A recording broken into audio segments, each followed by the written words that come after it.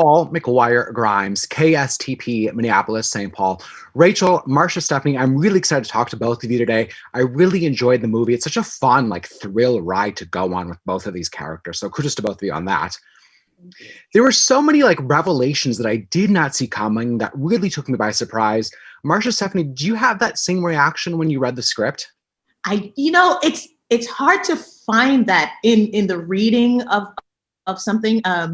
Just because I also cheat. I read ahead. I do all kinds of things you're not supposed to do that you can't do in a film, when you're watching a movie in a movie theater.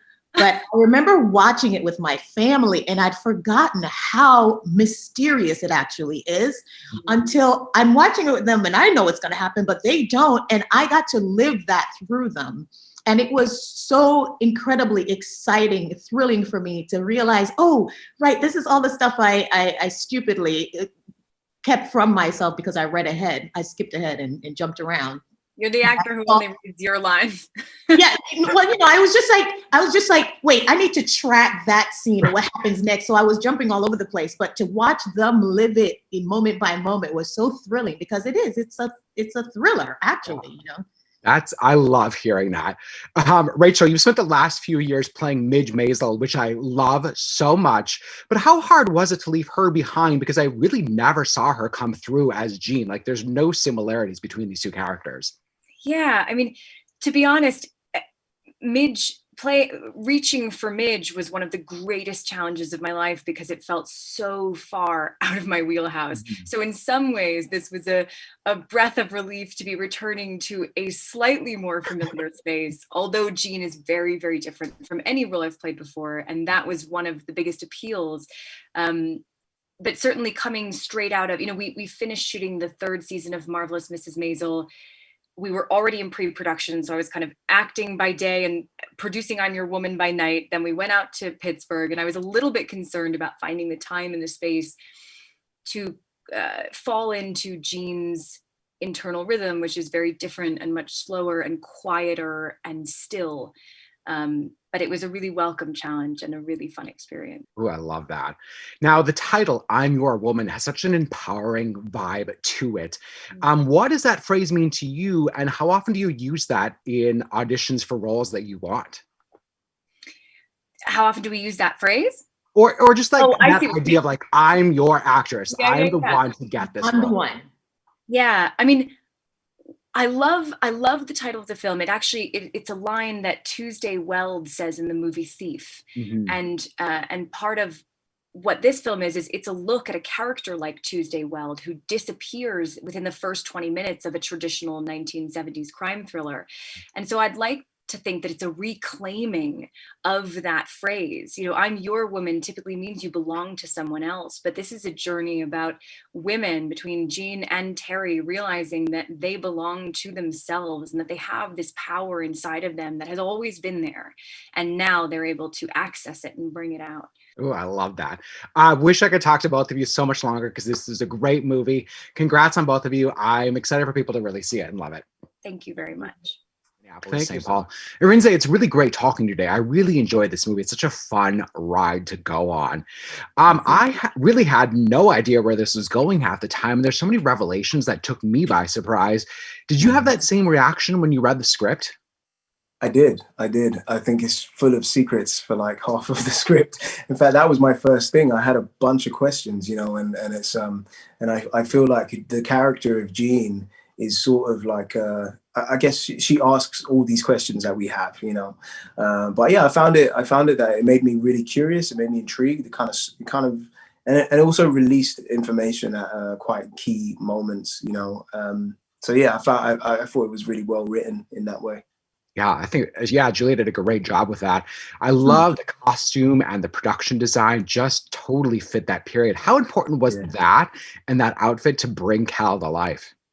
Well, it's just fun. It's one of the reasons why I got into performing. Maybe 99% of it was just to get to play dress up. I mean, there's a part of me as a kid. I've always enjoyed dressing up and putting on other people's clothes and trying on new accents and a new kind of walk and things like that. It's I feel like everyone has that creative kind of invitation, and I feel like you know, as far as it's never left me. And with this film, it was really fun because sometimes you have to wear things you don't really want to wear, or, you know, it's just, you've got to wear weird things and you just have to go, all right, cool, this is what the character would wear.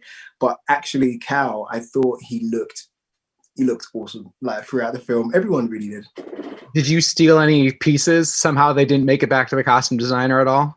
I mean, yeah, some pieces just magically disappeared, you know. Absolutely. I don't know what happened to him. Right. Honestly, I have no idea. But like, Yep. they didn't make it home. Yeah. Did you listen to any fun music? I mean, I love music from that era, the movies of the 70s, to like get you into the zone. You know, I tried, but I found it didn't work. Yeah, I found it was just too good, you know. So it was distracting. It was it actually was distracting. It didn't work this time. Normally music is a way in, you know, music. So sound and image, you know, those are really important to me. Like I create some, like a mood reel or like a photo book, you know, and yeah, but the music didn't, it actually kind of, for some reason, took me out. Interesting. Yeah. I love the title, I'm Your Woman. It has such like an empowering vibe to it. What does that phrase mean to you? And do you ever apply that kind of confidence? How often do you apply that confidence in roles that you want? It is a confident title, you know.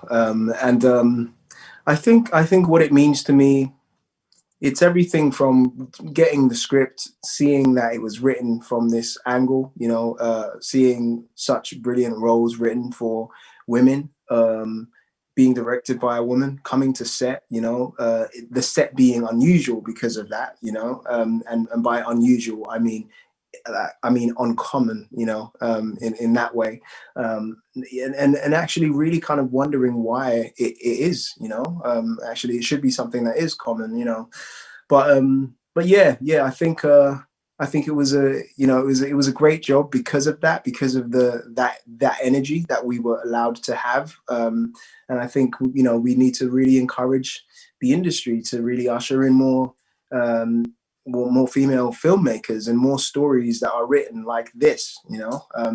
So yeah, it definitely meant quite a lot to me. That I love hearing that. That's a great answer. Thank you so much for being in this movie, for being a part of it. And I'm excited for audiences to watch it. I hope they really dig it. So thank you. Thank you so much. Cheers. It's been lovely to talk to you. Thank you. You too. St. Paul. Julia, I really dug this movie. I thought it was different and creative and a nice kind of old school vibe to it. There were so many revelations that really took me by surprise. How much of that did you discover as you were writing the script, or did you have it all mapped out in advance?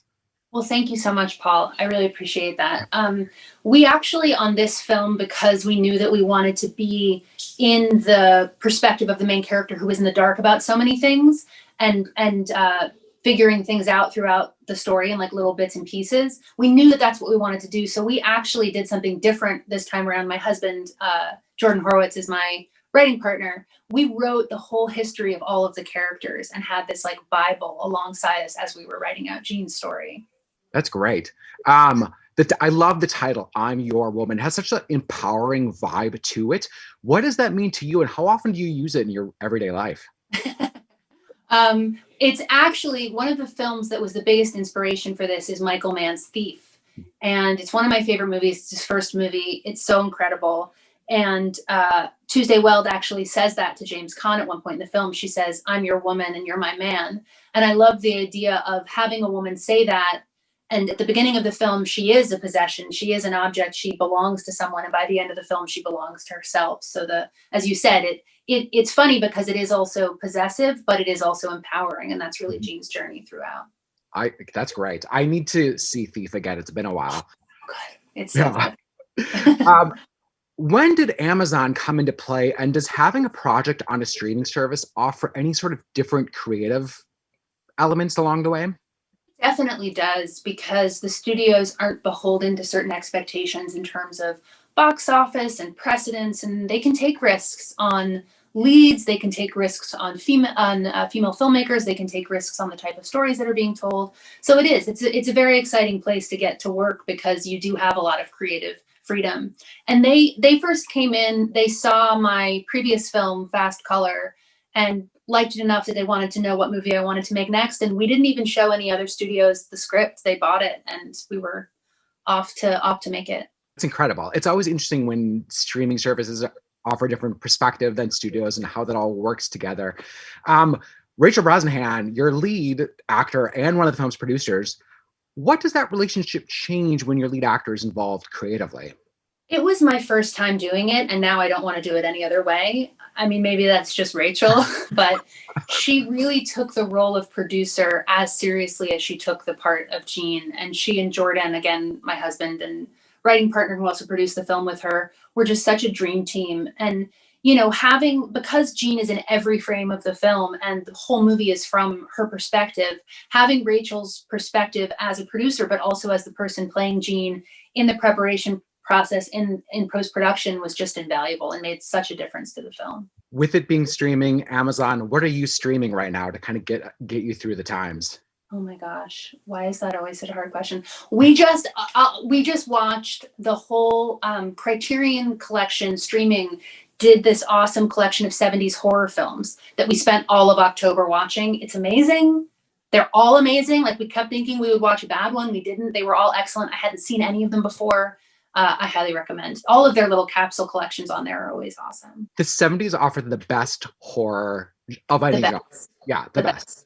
It was great. Julia, I love all these recommendations now that I have to go look out. So thank you so much. It was great talking to you. Congrats on this movie. I'm really excited for people to see it. Thank you so much. I really appreciate it. You're welcome. Take care. You too. Bye.